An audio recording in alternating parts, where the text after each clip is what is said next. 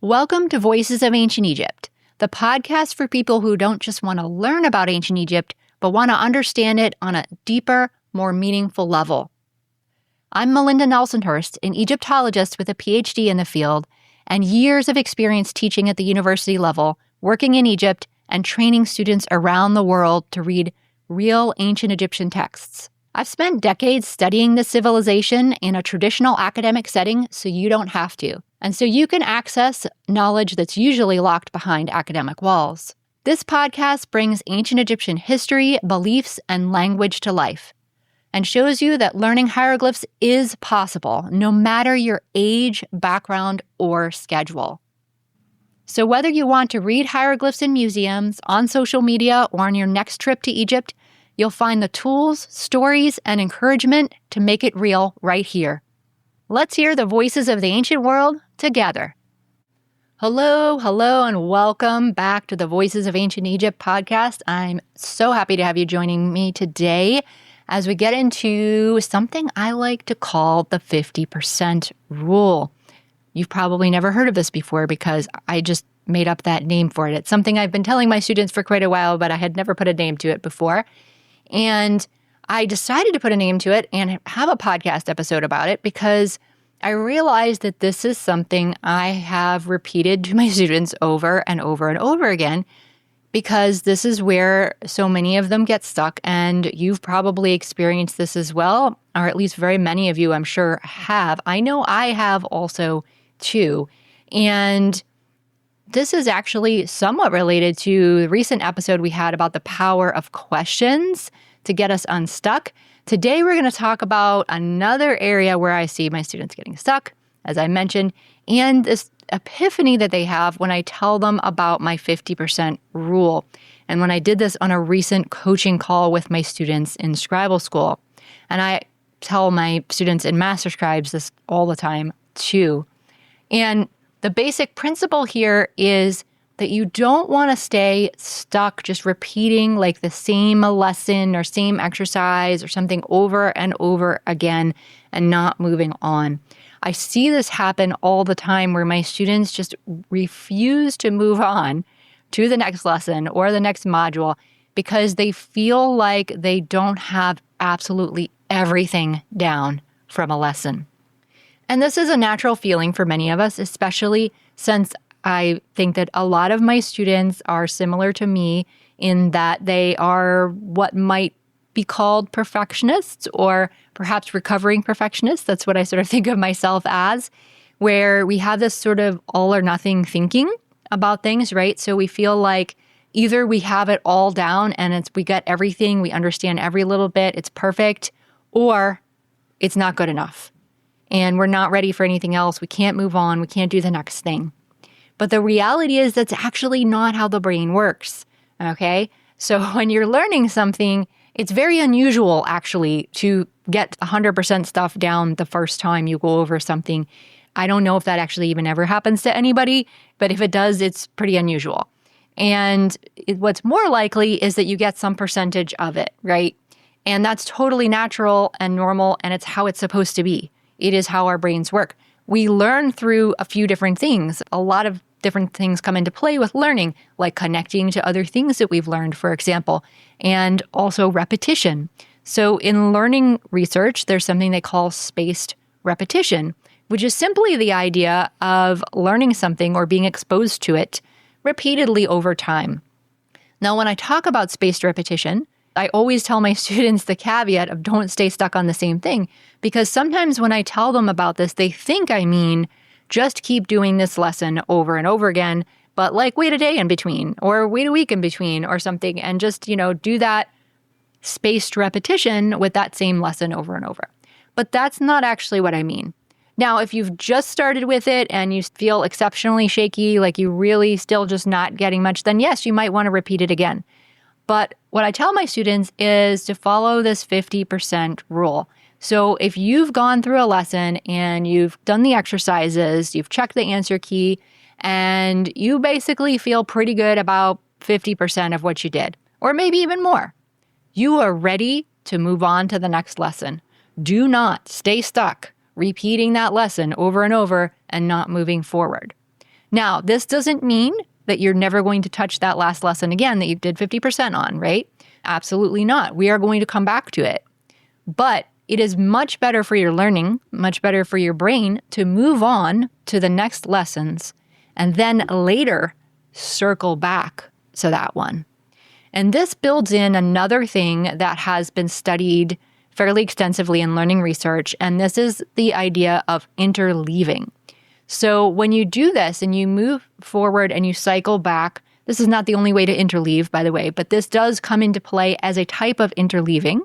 So interleaving, the term comes from the idea of putting papers in the middle of like a stack of papers that are already together, right? So it's the idea of taking this like big bunch of papers that are in order and opening up and sticking some papers in the middle here, and then maybe you go to another section, you stick some papers here, right? That's interleaving things. So, but what it means in terms of studying is this means like mixing up what you're studying. This could be mixing topics. So maybe you're studying hieroglyph and something else and you mix them up. You go back and forth between them. It could be mixing up skills, which could mean different aspects if we're talking about Egyptian. This could be different aspects of hieroglyphs, of the language and of reading hieroglyphs. Maybe you're learning different parts of the language and so forth, and how to apply those skills to different objects. Or it could be different types of practice, different types of exercises. And all of this is good for you, whether you do it within the same study session is good, but it also applies to successive study sessions. So if you're studying 3 times a week or 5 times a week, whatever it might be, in one session you might work on one thing and then in the next session work on something else. And so in addition to this kind of moving forward and coming back being spaced repetition, it's also a type of interleaving. And this just makes the learning so much deeper and your level of understanding will change. So I see my students do this all the time, and it's not just my beginner students. I see this with my advanced students and master scribes as well. And luckily, my students and master scribes, I think much of the time these days have learned from me to do this, right? And to circle back to things over time. But I still tell them all the time because it still comes up, right? Because it's our natural instinct to feel like I can't move on if I haven't got this like to a like higher level than this.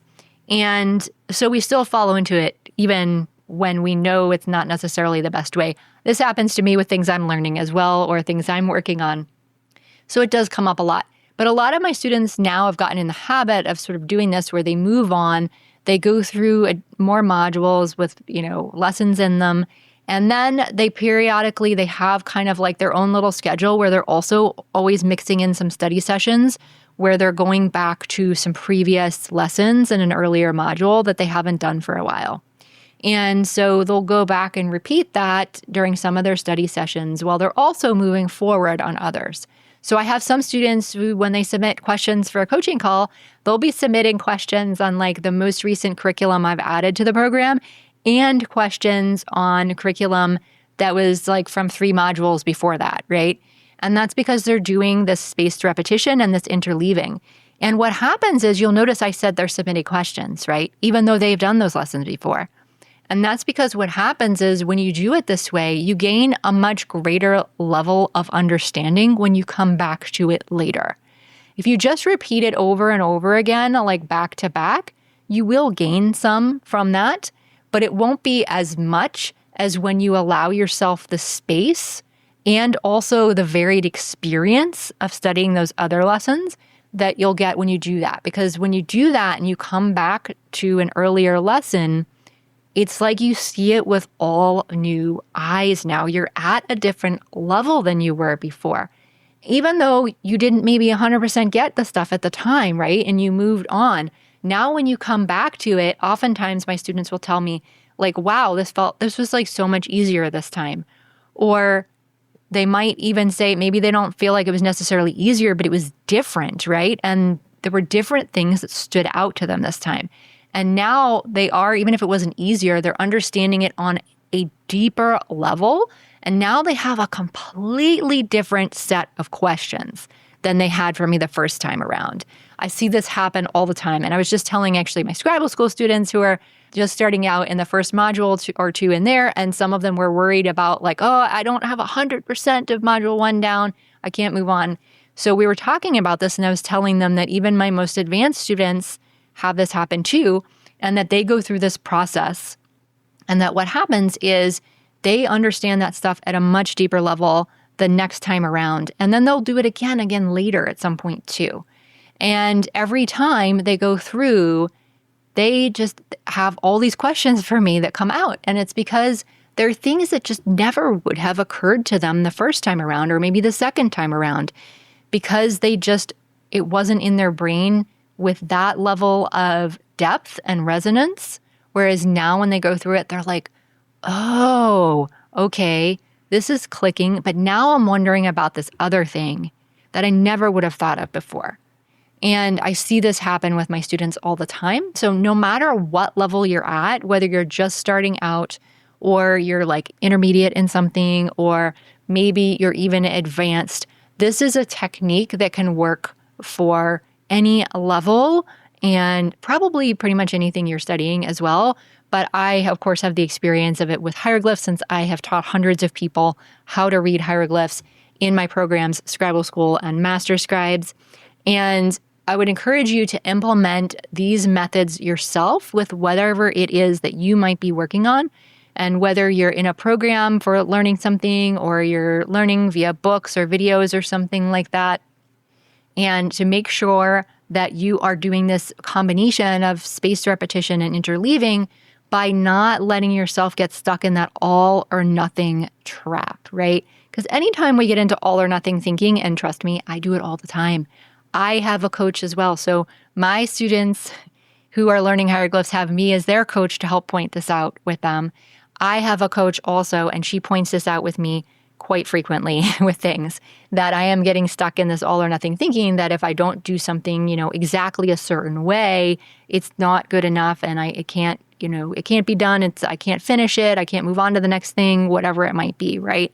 And she points that out for me. This came up kind of in that power of questions thing, right? Of having that outside set of eyes and ears that can see and hear sort of what's going on, somebody who's not stuck in your own head. Because if you're anything like me, you probably get stuck in your head about these things. I certainly do, and many of my students do as well. And so it can also be really helpful to have that second set of eyes or ears to also help you with figuring out when you're getting stuck in this all or nothing thinking, and then help you realize, wait a minute, I just need to pause and apply the 50% rule here. All right, so next time you feel that you just don't have enough of something down to move on, ask yourself if you've met the 50% rule. Or if you're not really sure what's going on, you just feel really frustrated, maybe you need to talk to somebody else about this, and then they might be able to see for you, especially if it's a coach who knows how to look for these things, might see that you're getting stuck in this all or nothing thinking and remind you to look at this and say, wait, do I really need to be stuck here? And then you can be, wait, I remember now, 50% rule, right? And apply that rule and say, okay, did I get 50% of it reasonably well? If yes, it's time to move forward. Just make a note that you're going to come back to those lessons again at some point, and maybe you could even set a time on your calendar now as to when you're going to do some study sessions related to that, and you can interleave those, of course, with your other study sessions working on later curriculum that you're working on. And then you can just learn on this higher level and prevent that stuck feeling that oftentimes, honestly, one of the reasons I wanted to share this today is because when people get stuck in that phase of feeling like they just have to repeat the same thing over and over again, what happens most of the time is, instead of just repeating it over and over again, indefinitely, is there comes a time where they're like, I'm just not getting this. I can't do this anymore. I'm busy, whatever. And they put it down and they stop making progress. So it's so important to apply this and make sure that you are making that progress at whatever speed works for you. And you're doing that circling back, you're doing that interleaving, you're doing that spaced repetition, rather than allowing yourself to convince yourself with your all or nothing thinking that this just isn't the time, or you're not good enough at this, or whatever it might be, and staying stuck in that mode. And I think you will make so much more progress with this when you apply this rule I can't wait to see all of the progress that you're doing here. I would love to hear. You can reply to an email of mine or send me a message on Instagram. I'd love to hear what parts of this episode resonated with you and how you're going to apply the 50% rule in your life. Until next time, stay curious.